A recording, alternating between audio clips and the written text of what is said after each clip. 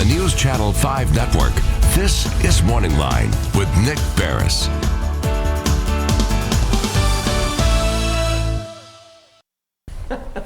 Good morning, everyone. Thanks for joining us on MorningLine. Nick Barris here, coming to you on a Thursday, and we have a very good show on tap for you. We're going to open up the phones in just a moment. Invite you to join in the conversation, but first let me remind you, all right, that we are streaming live on Facebook at newschannel5.com, so you can message me there. I'll be following along on my computer here while the show goes along if you have a question or comment. Also, we'll take phone calls, and along those lines, you're going to want to jump in today because we are going to talk, among other things, about the phases of reopening, all right?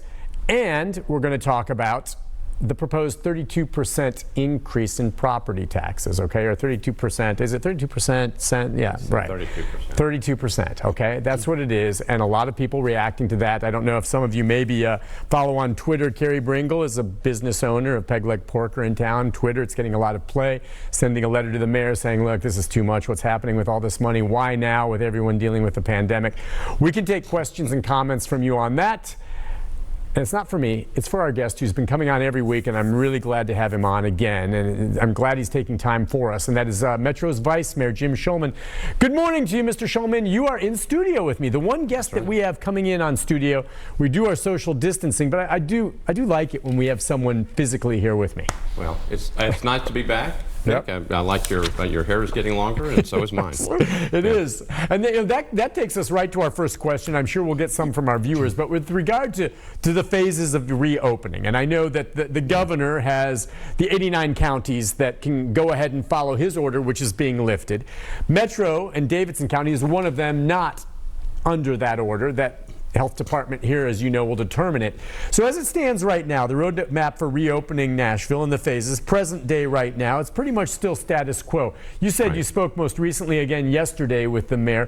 What was the mayor looking at, and how he compares it with what's happening at the state level right now? Well, I think he wants to open just like everybody else, but he's watching those numbers. He's watching the number of cases. He's also watching the hospitalizations and the test and everything else, just like everybody else does. I think, when he came out with his phased-in approach, he was more tied to data than he was to dates, which I thought was a pretty interesting way of doing it.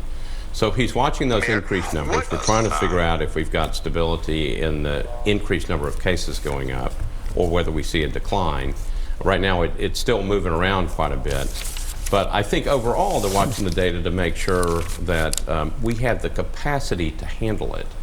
And I think when they get comfortable with that, when Dr. Alex Jahangir and the rest of the team get really comfortable with it, I think we're in that phase where hopefully you're going to see the mayor start entering us into phase one, and then we can start reopening. So present day, the way I understand it, looking at that roadmap that he gave out last week, I guess, everything's kind of status quo right now in Davidson County. There's some confusion for people that live here that were following what the governor said. But for instance now, and I think this has been delayed, apparently today, beginning today, supposedly, routine and elective procedures were to be allowed in healthcare and dental care. Up until this point, it was only emergency.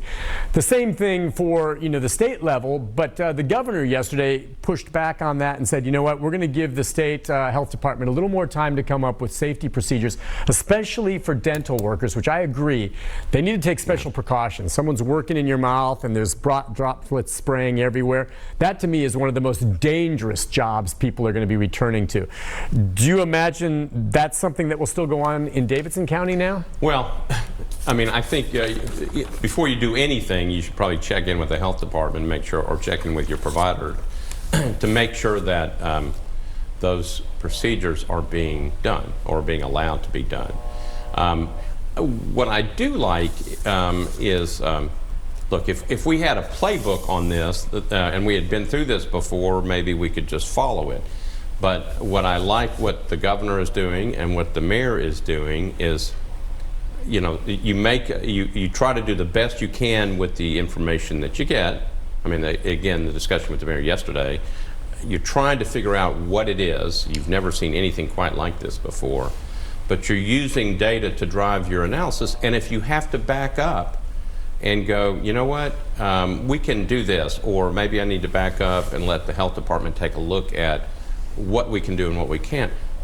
That's okay. I mean, people I know can get frustrated with that, but it means that people are taking the best information they've got and then trying to make a determination. So everybody just kind of needs to hold it together, keep an eye on where you are. I know there were people confused in Davidson County. They're going like, oh, the restaurants are open. It's like, no, you can get delivery, but you can't go in. You can do that in another county. Right. Then we see how it all works together.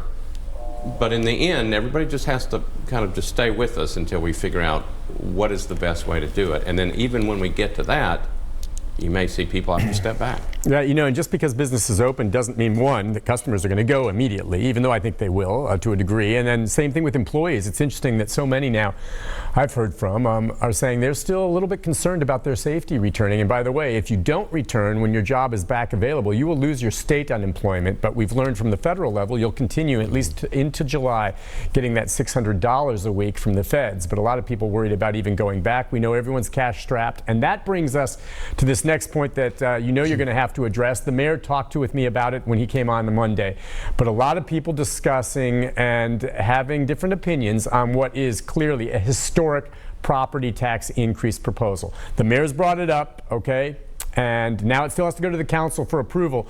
But give me your take on that. A lot of people are saying, hey, look, we're in the middle of this pandemic. We're not in work right now, and you want to raise our property tax this much? And by the way, it's not going to be just Nashville. Every major city in the country is going to face this kind of issue. So what do you think, Jim?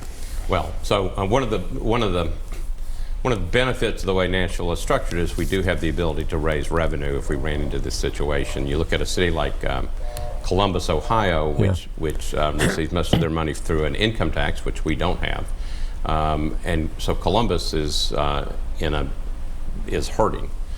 Nashville has the ability to raise the revenue it needs. I know that doesn't make anybody really happy, and I don't think this mayor particularly wanted to do it either, but these are unique circumstances. So we've already started getting emails, which we knew we would, and that's fine. We want to hear from people. People saying, you got to cut. You got to cut spending.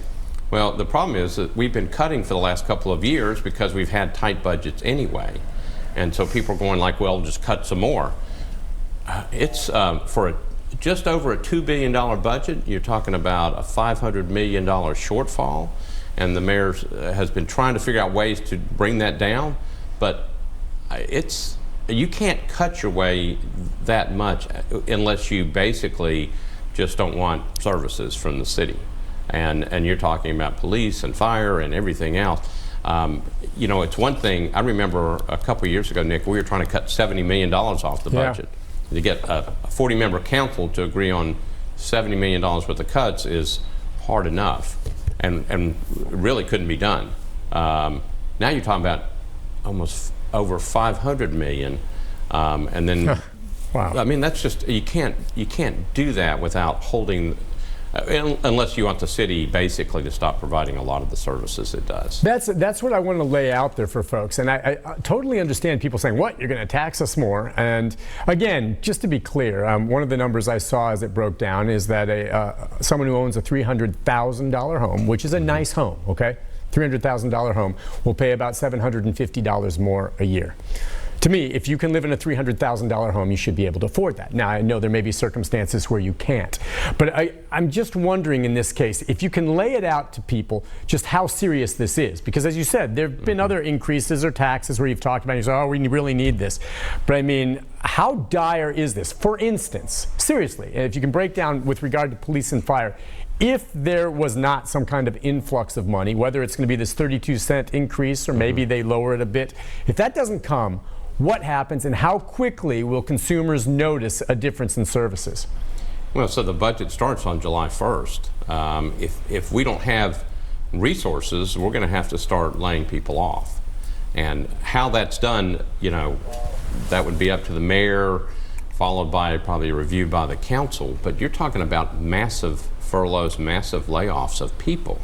And, we've done this before. We've looked. I mean, when we had tight budgets, again, it's not like we didn't have a tight budget over the last 2 years. We've been trying to do this anyway because So remember, we almost had a property tax increase over the last 2 years. Didn't happen. So you had to cut. Remember all those things where people got mad because we were selling off one-time items just to make the budget work? This past year, we had that parking privatization was in there, along with the sale of the energy facility downtown. Neither of those two happened. That was about $42 million that was in the budget. That was a one-time sale. So people need to remember, we've been fighting through this for the last 2 years. It's not like something new was going on. We've been in a really difficult situation already. So then you come into this year, I know people were trying to figure out how they were going to make this thing work hopefully without a property tax increase. And then we had the tornadoes, and then we had COVID-19. And so you're talking about July 1st, and you're talking about massive layoffs. You can't let go of 3 people and expect to generate savings in the amount of $300, $400, $500 million. You just can't do it. Okay, listen, we'll take a break on that. And we've got some questions coming in from folks. I'll let you give a chance to respond to some of it. We'll take some phone calls as well. Stay with us, everyone. We're streaming live on Facebook. I see several comments coming in right now. We'll get to those, and we'll take some phone calls as well for Vice Mayor Jim Shulman right after this.